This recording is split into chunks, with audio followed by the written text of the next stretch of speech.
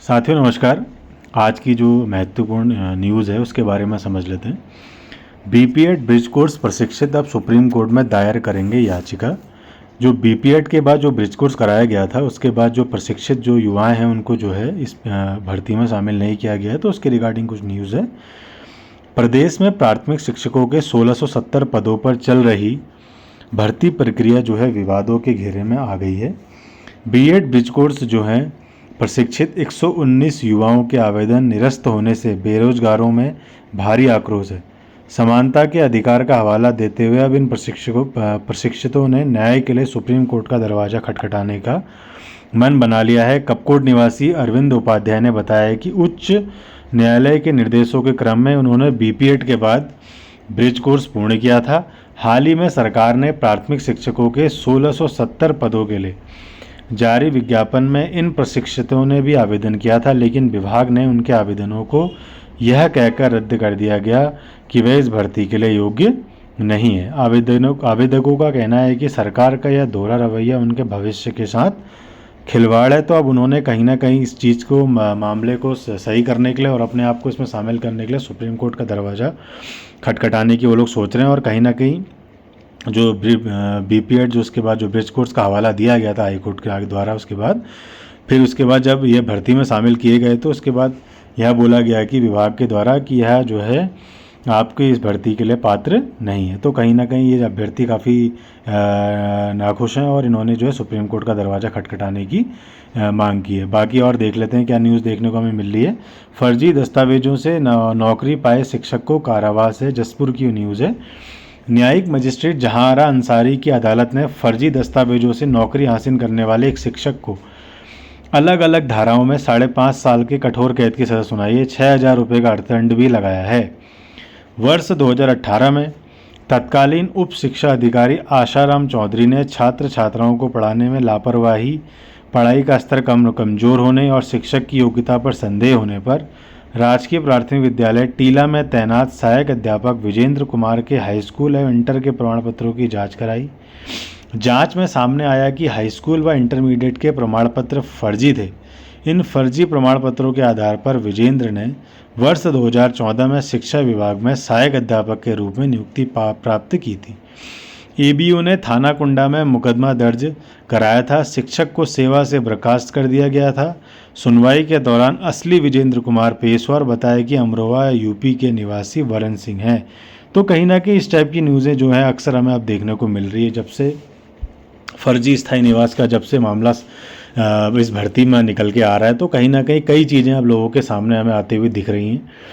देखिए, जहाँ फर्जी निवास वाले प्रमाण पत्र की बात है, जहाँ दो जिलों के जो स्थायी निवास जिन लोगों ने बनाए हैं तो उनको जो है उन पे जो है कार्रवाई हो रही है, बिल्कुल सही हो रही है। बाकी जिनके द्वारा यह काम नहीं किया गया है और जो बिल्कुल ही उत्तराखंड में रहने वाले उत्तराखंड के स्थायी निवासी हैं और किसी काम की वजह से वो लोग बाहर हैं, तो उनके खिलाफ ये चीज़ें नहीं होनी चाहिए। वो क्योंकि वो लोग जो है पात्र अभ्यर्थी हैं, योग्य अभ्यर्थी हैं, तो उन्हें इनमें शामिल किया जाना है। क्योंकि उनके जो फादर हैं या कुछ हस्बैंड हैं वो किसी जॉब के थ्रू जो है बाहर गए हैं, तो उसके बाद अगर वो लोग वहाँ से अगर डीलेट कर लेते हैं तो वो जो है एक जो उसके मामला आया था कि अगर आप कहीं से भी अगर शिक्षा ग्रहण करते हैं तो गलत नहीं है।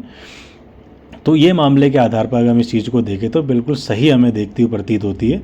दूसरा, अगर हम एक चीज़ और देखें, जो महिलाएं यूपी से उत्तराखंड में शादी करके आई हैं, वो महिलाएं अगर हस्बैंड के अकॉर्डिंग सारे डॉक्यूमेंट्स अगर बना लेती हैं और उससे पहले उन्होंने अगर डीलेट कर रखा है यूपी से, तो वो भी इस भर्ती में योग्य हैं। बस सरकार ने उन्हें इस आधार पर जांच पे होल्ड पे रख रखा है कि डॉक्यूमेंट्स उनके द्वारा जो प्रोवाइड हमें किए गए हैं वो सही है नहीं है, बस हो गया। बाकी कई अभ्यर्थी इस चीज़ को लेके परेशान हो रहे थे कि सर हम लोग जो हैं उत्तराखंड से यूपी से शादी करके उत्तराखंड में आए, तो हमारे बारे में बता दीजिए, हमारा क्या होना है। तो आप लोग देखिए, इस चीज़ को लेके बिल्कुल परेशान मत होइए। अगर आपके डॉक्यूमेंट्स बिल्कुल सही हैं और आपने शादी से पहले डीलेट कर रखा है तो कहीं ना कहीं आपको जो है कोई नुकसान नहीं होने वाला, आपको इसमें शामिल भी किया जाएगा। बाकी NIS डीलेट के रिगार्डिंग मैं आपको सूचित कर चुका हूं कि आप लोग जो अभ्यर्थी हैं, जो पात्र अभ्यर्थी हैं, जिनके डॉक्यूमेंट्स बिल्कुल सही हैं, जिनके दस्तावेज बिल्कुल सही हैं और जो जांच के जो आदेश दिए गए हैं उसके आधार पर जो डॉक्यूमेंट्स जो आप स्कूल जो आपको वेरीफाई करके दे रहा है विभाग को, अगर वो सब कुछ सही पाए जाते हैं तो आप ज़रूर इस भर्ती के योग्य हैं और आपको जो है पात्र घोषित किया जाएगा और कहीं ना कहीं आपको नियुक्ति के लिए इसमें बुलाया जाएगा। अगर कोई जो है क्या कहते हैं अभ्यर्थी जो है अपात्र घोषित होता है तो कहीं ना कहीं उससे नीचे वाली मेरिट वाले अभ्यर्थियों को बुलाया जाएगा, ऐसा सुनने में आ रहा है। बाकी जो अभ्यर्थी ये पूछ रहे थे सर विशेष शिक्षा के बारे में, वो मैंने कल आपको बता दिया है कि प्रत्यावेदन सूची आपकी कुछ दिनों में जारी हो जाएगी। अभी आपकी भर्ती के प्रत्यावेदन सूची जो है उसमें काम चल रहा है और कहीं ना कहीं कुछ दिनों में आपको प्रत्यावेदन सूची साइट में देखने को मिल जाएगी। बाकी अन्य अभ्यर्थी जो काफ़ी टाइम से परेशान हो रहे थे कि सेकंड लिस्ट, मेरिट लिस्ट, इन सब चीज़ों के बारे में बता दीजिए। मैंने आपको पहले भी बता चुका हूँ कि इस चीज़ के रिगार्डिंग आप थोड़ा सा वेट आपको करना ही पड़ेगा। कहीं ना कहीं 15 से 20 दिन से ऊपर भी लग सकता है टाइम, कुछ नहीं कह सकते। मतलब ये ऐसा कुछ अनुमानित भी नहीं कह सकते कि हाँ कल ही आ जाएगा, परसों आ जाएगा, 10 दिन लगे, कुछ भी हो सकता है।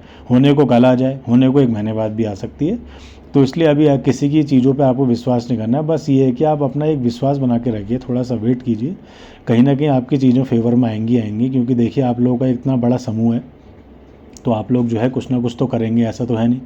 तो इसलिए थोड़ा सा वेट और कीजिए।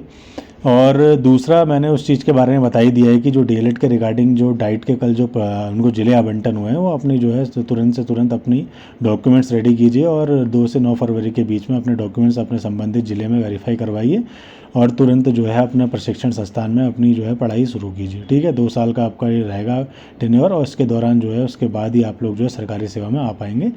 अभी जो अभ्यर्थी जो नौकरी का वेट कर रहे हैं, फिलहाल तो अभी 2026 के एंड तक आपको भर्ती देखने को मिलेगी, ऐसा हमें प्रतीत हो रहा है। बाकी यूके डीएलएड के जो अभ्यर्थी हैं वो कहीं ना कहीं इसके जैसे ही उनका क्लियर हो जाता है उसके बाद ये लोग जो है कहीं ना कहीं इस चीज़ को लेके आगे बढ़ेंगे और कहीं ना कहीं भर्ती निकलवाने हेतु कुछ ना कुछ ठोस कदम जरूर उठाएंगे। तो आपको जो है इनके साथ मिलके भर्ती प्रक्रिया को आगे बढ़ाना है और कहीं ना कहीं जो है ज़्यादा से ज़्यादा जो पद निकालने की कोशिश आप लोगों को करनी है। और टेट में भी आपको अच्छे खासे नंबर लेके आने पड़ेंगे। टेट की तैयारी में भी आप लोग जुट जाइए। फिलहाल इधर उधर की बातों में ना पड़ के फिलहाल आप लोग टेट की तैयारी में अगर जुटेंगे तो वो ज़्यादा आपके लिए बेहतर होगा। साइड बाय साइड आप लोग जो है पद निकालने पर भी जोर दीजिएगा। दूसरा मैंने आपको बता दिया कि तैयारी कैसे करनी है। आप लोग फिलहाल अभी तैयारी में फोकस कीजिए। टेट जो है फॉर्म आने वाले होंगे कुछ दिनों में, तो आप लोग फिलहाल अभी टेट की तैयारी कीजिए। और जो अभ्यर्थी क्या कहते हैं वेट कर रहे थे क्या कहते हैं लिस्टों का, उन्हें अभी थोड़ा लिस्ट का वेट अभी करना ही पड़ेगा। बाकी जो मैंने आपको बता ही दिया है कि जो फर्जी रिलेटेड जो दस्तावेजों से रिलेटेड जो प्रक्रिया उत्तराखंड में चल रही है, तो इसके रिगार्डिंग ये प्रक्रिया आगे भी चलते हुए देखने को मिलेगी। क्योंकि देखिए ये जांच जरूरी है और विभाग को ये करना जरूरी भी है, क्योंकि इस कार्रवाई से जो है जो पात्र अभ्यर्थी है वो जो है कहीं ना कहीं दूर होता हुआ दिखता है सरकारी नौकरी से, तो उनके लिए ज़्यादा बेहतर होगा।